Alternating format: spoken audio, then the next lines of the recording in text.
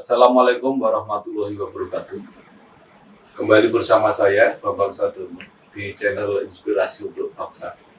Mudah-mudahan channel ini benar-benar bisa memberi inspirasi, motivasi, edukasi, informasi, dan mencari solusi. Luar biasa, kali ini saya akan bertemu dengan orang yang sangat hebat, yaitu Pak Ahmad Thohari, yang tanggal 13 Juni kemarin baru saja merayakan ulang tahunnya yang ke-72. Luar biasa, gitu Pak. Saya baca koran, Pak Ahmad Thohari dimuat di koran karena ulang tahun ini. Ini adalah orang yang sudah lama saya pengen ketemu, tapi karena situasi belum ketemu. Pak Ahmad Thohari, mohon maaf ya. Jadi menurut saya ini adalah seorang penulis yang sangat luar biasa, sangat luar biasa.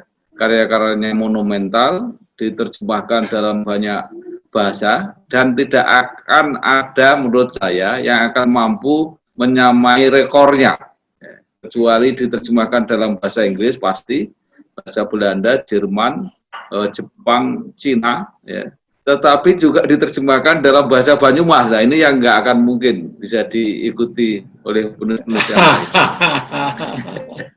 Satu yang saya mau tanya Pak Ahmad Thohari, sebelum penjenengan berkarir sebagai wartawan dan penulis, saya melihat riwayat penjenengan ini kan pernah kuliah di Fakultas Kedokteran, ya, Ibnu Khaldun Jakarta, nggak diselesaikan. Kemudian kuliah di Universitas Jenderal Sudirman Purwokerto di Fakultas Ekonomi, pindah di Fakultas FISIP, nggak diselesaikan juga. Ini kenapa Pak? Iya.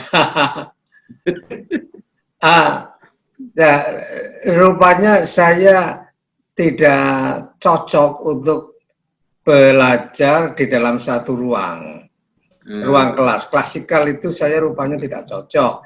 Jadi saya rupanya cocok untuk di Universitas Kehidupan Masyarakat sekaligus saja.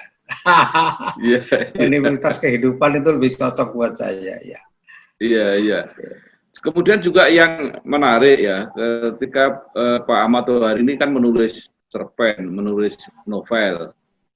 Pada tahun 1982 menulis Ronggeng Dukuh Paruk. Ya, kemudian ada lagi triloginya itu Lintang Kemukus Dini Hari. Kemudian diteruskan lagi dengan Jentera Biangala. Pertanyaan saya adalah, sebelumnya juga sudah menulis novel. Itu Kubah kalau nggak salah.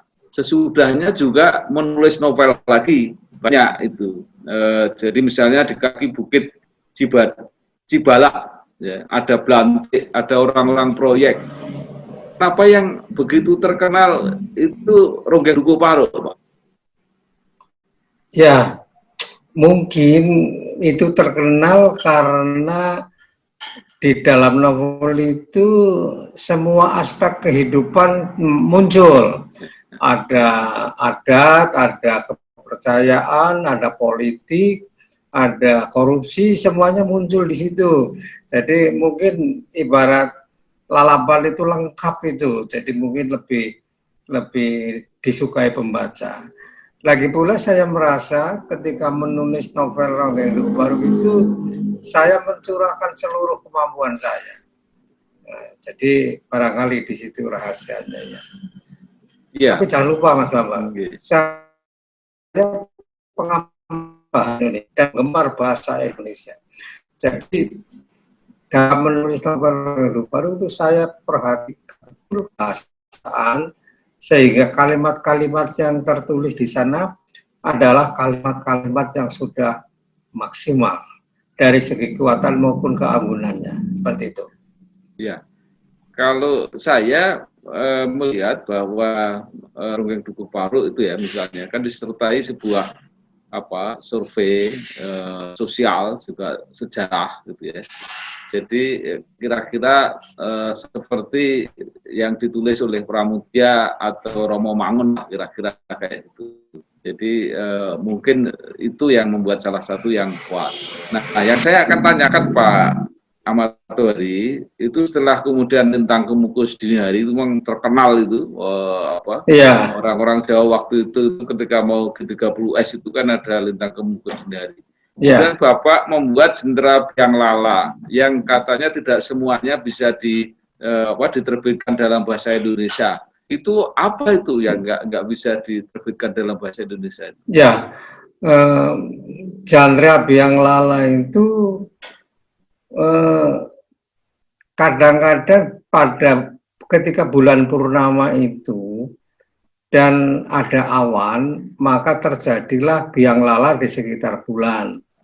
Nah, lalu orang Jawa setidaknya di Banyumas itu pada percaya apabila bulan berkalang biang lala akan terjadi masa sulit, akan terjadi geger seperti itu. Sama ketika itu muncul Lintang Kemukus Dini Hari tahun 65, itu saya sudah SMA kelas 3. Juga orang sudah tahu, sudah merasa bahwa ini akan ada peristiwa besar, dan ternyata benar. Jadi suara hati masyarakat menginspirasi pembuatan judul-judul ini.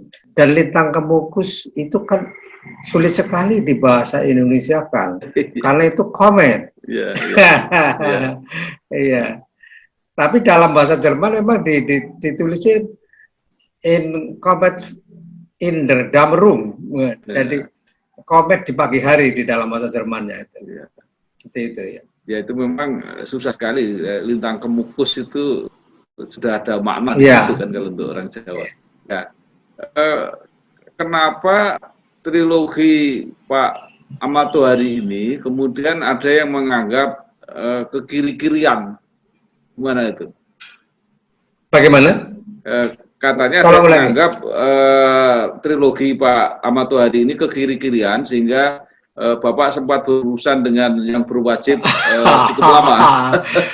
Iya, biar saja, saya memang kiri, gimana sih? Iya, kiri. Nah, begini kan, kita kan tahu istilah kiri kanan sebetulnya dari keadaan di Parlemen Inggris sana. Orang yang duduk di barisan kiri itu yang kritis kepada kerajaan, sedangkan yang kanan itu yang mendukung kerajaan. Saya memang kritis, jadinya kiri memang. Tidak apa-apa dong kiri. Di agama saya juga kalau dipikir itu sangat besar perhatiannya terhadap orang miskin. Fuqara wal masakin itu menjadi perhatian besar dalam agama Islam. Jadinya kiri nggak apa-apa, biar jadi sebut kiri. Atau begini Pak Bambang, saya kan membaca karya-karya orang kiri, ya bukan hanya Pramudia, bukan hanya ini. Ya Romo Mangun juga kiri-kirian karena dia pro betul dengan orang kecil. Nah bagi saya begini, ini mendalam sekali Mas Bambang. Begini, ternyata Tuhan itu bersama orang miskin. Itu diceritakan dalam suatu hadis qudsi. Jadi Tuhan menyatakan alamatnya pada orang-orang miskin. Ini hadis qudsi loh. Jadi kalau saya berpihak kepada orang miskin sebetulnya itu dalam rangka maran sangkan paraning dumadi, itu saya sedang menuju Tuhan, sebetulnya seperti itu. Ini dalilnya kuat sekali di dalam agama Islam. Kalau kiri itu sama dengan komunis, ya enggak lah, kiri tidak harus komunis kan. Itu. Apalagi Pak Ahmad Tohari sejak kecil dibesarkan di pesantren Pak Tohari ya.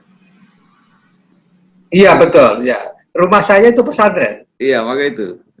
Iya. Nah, yang menarik adalah ketika menghadapi kesulitan sering diperiksa oleh pihak yang berwajib, Pak Ahmad Tohari minta tolong kepada Gus Dur. Gimana itu ceritanya itu? Begini, Mas Bambang. Jadi kebetulan pada hari kelima di dalam pemeriksaan itu seorang pemeriksa, kalau tidak salah berpangkat letnan begitu, bertanya pada saya, apakah saudara punya orang yang mau menjamin bahwa Anda bukan PKI gitu. Ya saya cepat sekali jawab, ada, ini namanya, ini nomor teleponnya saya tulis, ini silakan Bapak hubungi sekarang orang ini gitu. Dan ternyata mereka malah mundur ketika tahu yang saya tulis itu nama Abdurrahman Wahid begitu. Iya. Pak Ahmad Tohari kalau tidak salah pernah bekerja di media bersama-sama Gus Dur ya pada waktu itu. Waktu di majalah apa ya, Amanah atau apa gitu? Amanah, iya. Bukan bersama-sama Gus Dur. Gus Dur pernah dibikin repot oleh majalah Amanah karena ditulis oleh majalah Amanah mau menggantikan Assalamualaikum dengan kula nuwun gitu. Itu yang nulis majalah Amanah, geger lah gitu. Hebatnya Gus Dur, beliau tidak marah, malah akrab dengan majalah kami, Pak. Masalah itu. Dan memang kami waktu itu menjadikan tulisan-tulisan Gus Dur menjadi primadona di dalam majalah kami. Ya. Jadi Pak Ahmad Tohari itu menulis dulu atau menjadi wartawan dulu?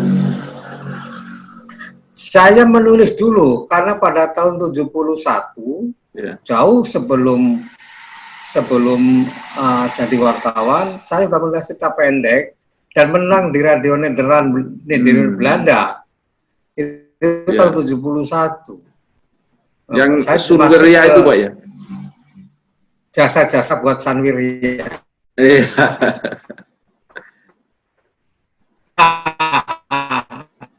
Iya, itu sebelum jadi wartawan. Tapi memang posisi saya sebagai wartawan dan anak sangat memperkembangkan kemampuan literasi saya karena jabatan saya sebagai wartawan itu.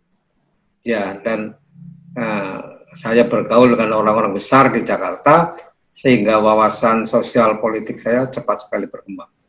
Dan tulisan sastra saya menjadi kaya dengan pengetahuan sosial politik karena saya wartawan, begitu. Jadi Pak Ahmad Tohari itu ke Jakarta sebenarnya mau jadi wartawan dulu atau mau kuliah di kedokteran itu dulu?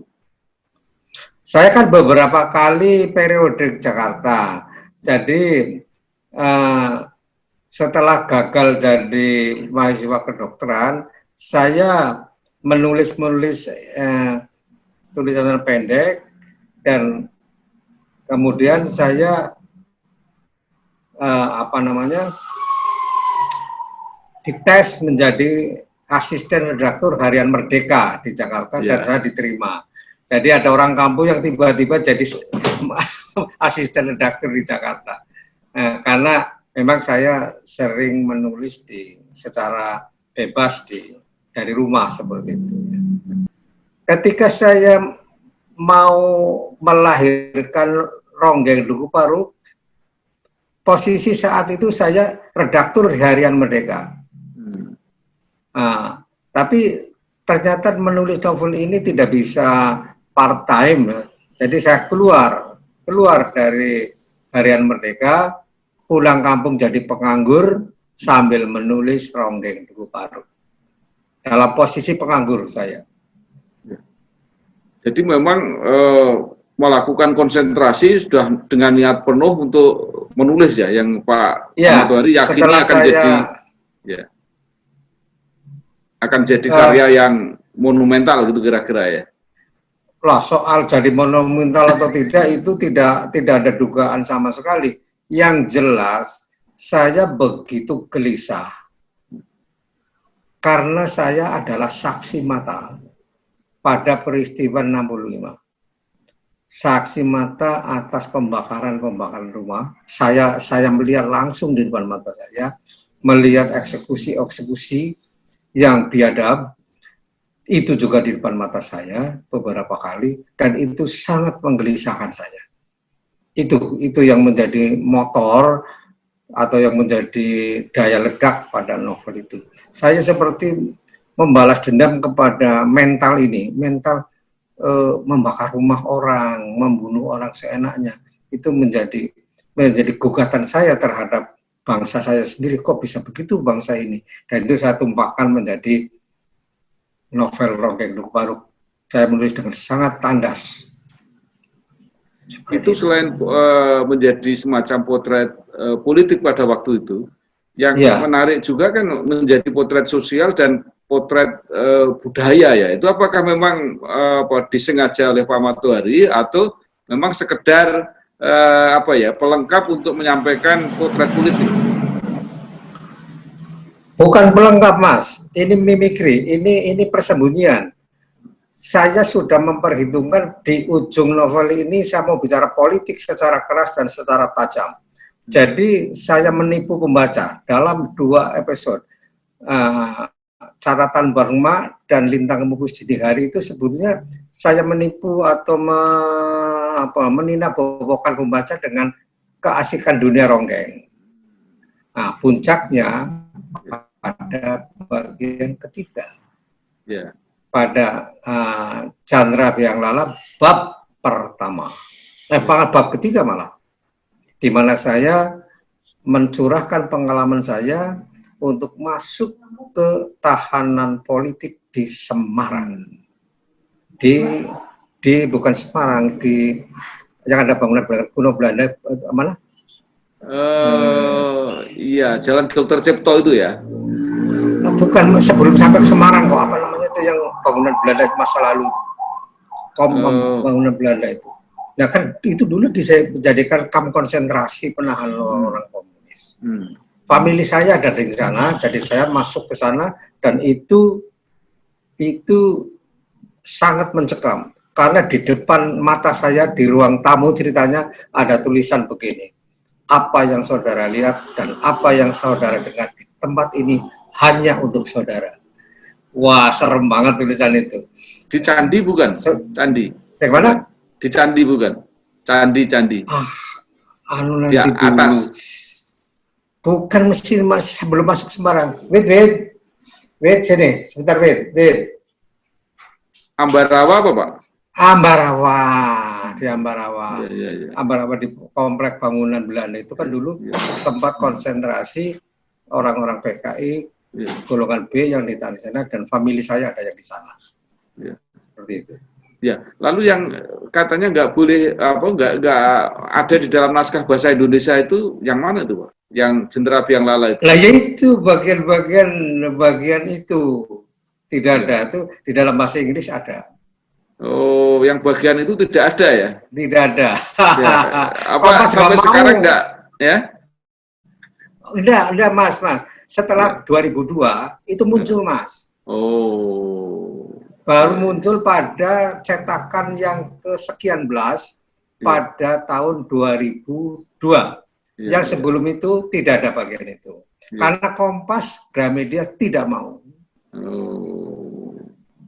Nah, saya pada tahun 2002 itu saya datang ke redaksi Gramedia mengatakan kalau Anda tidak mau memuat bagian ini, saya akan pindahkan naskah ini ke penerbit lain. Nah, baru dia. Dramatis ya. Luar biasa. Ya. Kemudian kan novel-novel itu difilmkan dalam film Sang Penari itu. Pak Matohari puas nggak dengan film itu? Tidak perlu puas, Mas. Posisi saya kan begini.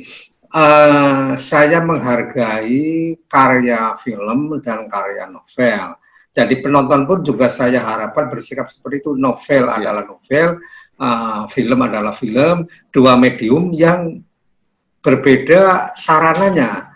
Jadi kalau mempersamakan film dengan novelnya, itu saya kira tidak adil, Mas. Karena novel menggunakan kata-kata, novel menggunakan gambar. Jadi tidak mungkin sama.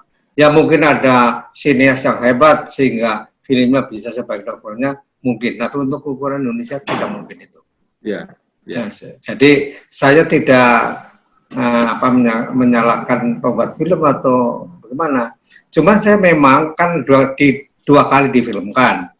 Pada film yang pertama itu, yang Darah Mahkota Ronggeng, judulnya saja sudah sumpek saya itu. Nah, itu saya kurang sreg. Tapi yang yang kedua, sang penari itu lumayan lah itu. Seperti itu ya. Ya, kemudian pertanyaannya Pak, apakah Pak Ahmad Tohari ini masih menulis, terutama menulis novel? Oh, rasanya untuk membuat novel nafas saya sudah tidak ada lagi, Mas. Tapi hanya sekali-kali saya menulis cerita pendek untuk Kompas. Saya kira tenaga saya tinggal untuk cerita pendek saja, bukan untuk novel. Iya. Kemudian saya pengen tahu kesan Pak Ahmad Tohari tentang pengalih bahasaan ke bahasa Banyumas itu, apa sebenarnya misinya? Apakah karena itu bahasa asli Pak Ahmad Tohari atau pengen dibaca lebih banyak oleh orang-orang Banyumas gitu? Gimana itu, Pak? Oh tidak, kalau ini masalah tanggung jawab budaya saya sebagai anak Banyumas, Mas. Suatu komunitas, suatu masyarakat Banyumas itu ya akan sangat tererosi sekali kalau bahasanya sudah tidak digunakan atau sudah diutamakan.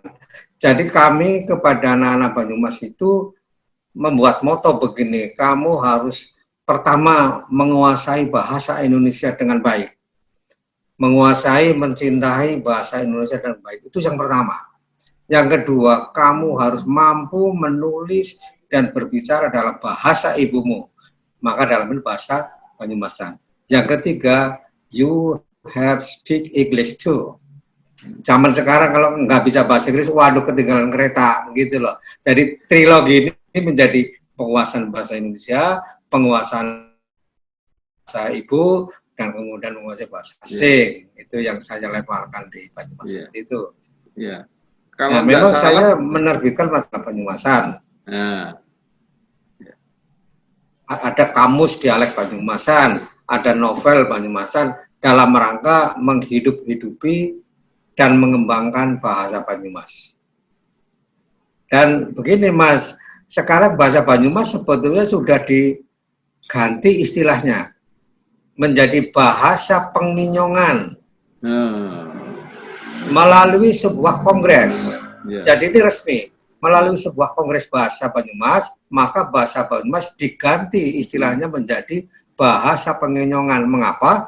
Karena orang Purbalingga, orang Banjarnegara, orang Sila bertanya, loh saya orang Cilacap, saya orang Banjarnegara, saya orang Purbalingga, bukan orang Banyumas. Kok banyaknya bahasa Banyumasan? Kami protes. Nah, dirembuk, akhirnya diubah menjadi bahasa penginyongan.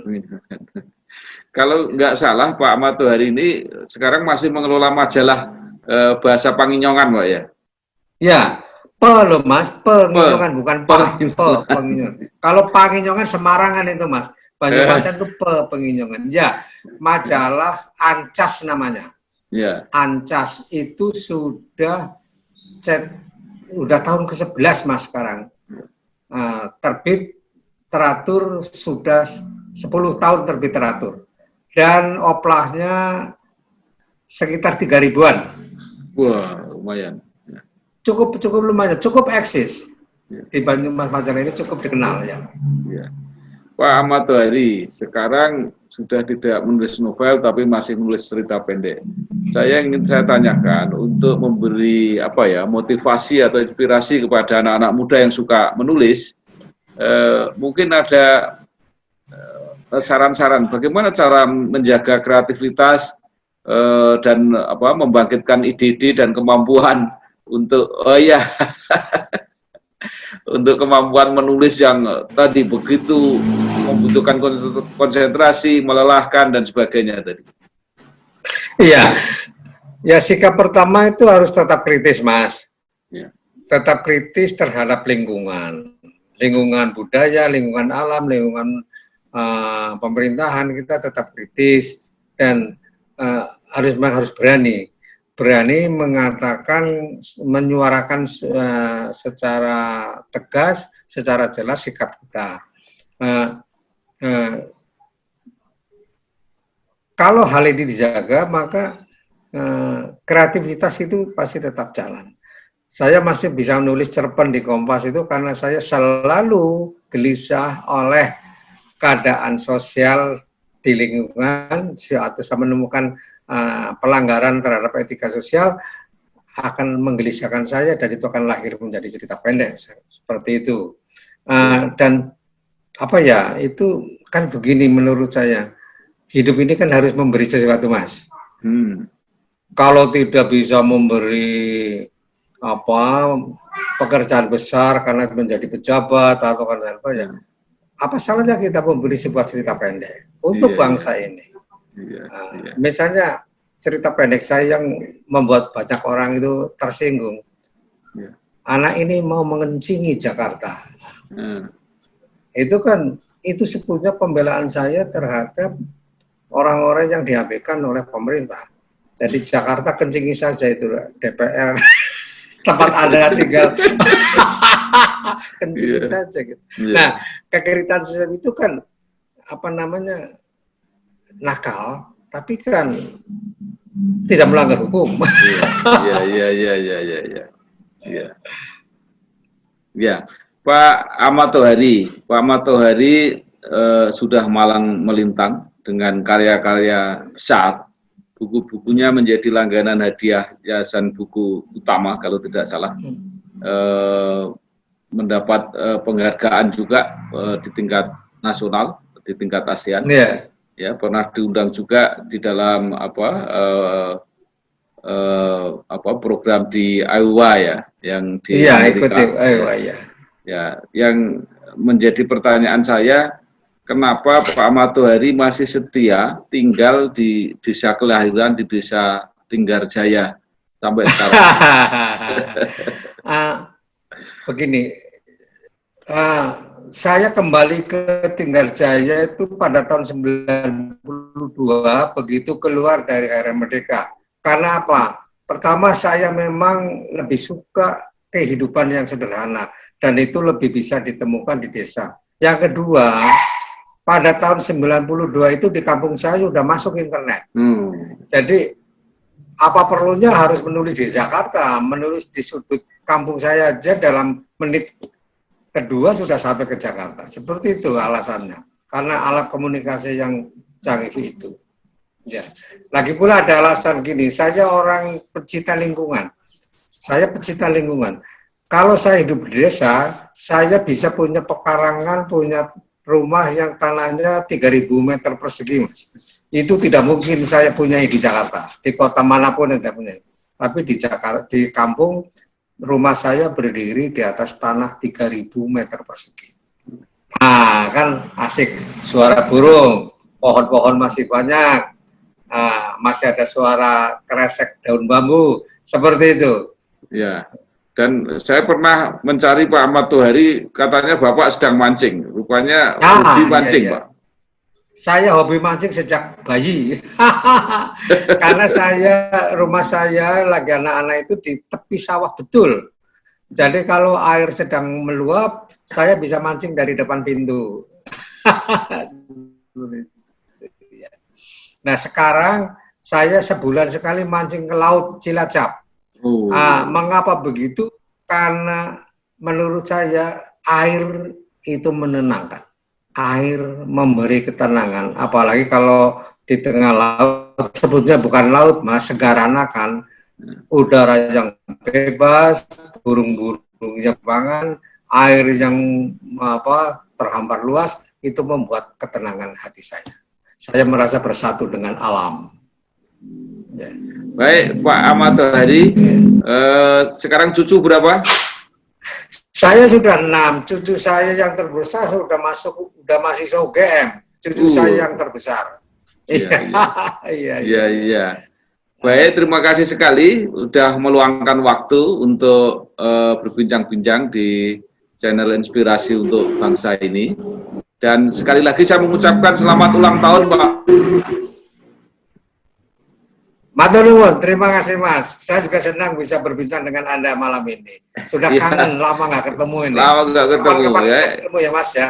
Ya, ini memang berkah dari tadi internet yang dikatakan oleh Pak Ahmad Tohari tadi.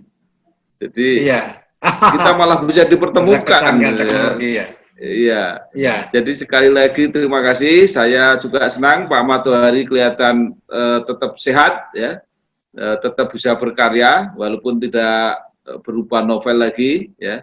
Semoga sukses dan tetap sehat Pak. Oke. Terima kasih. Wassalamualaikum Amin, amin. warahmatullahi Terima kasih. wabarakatuh.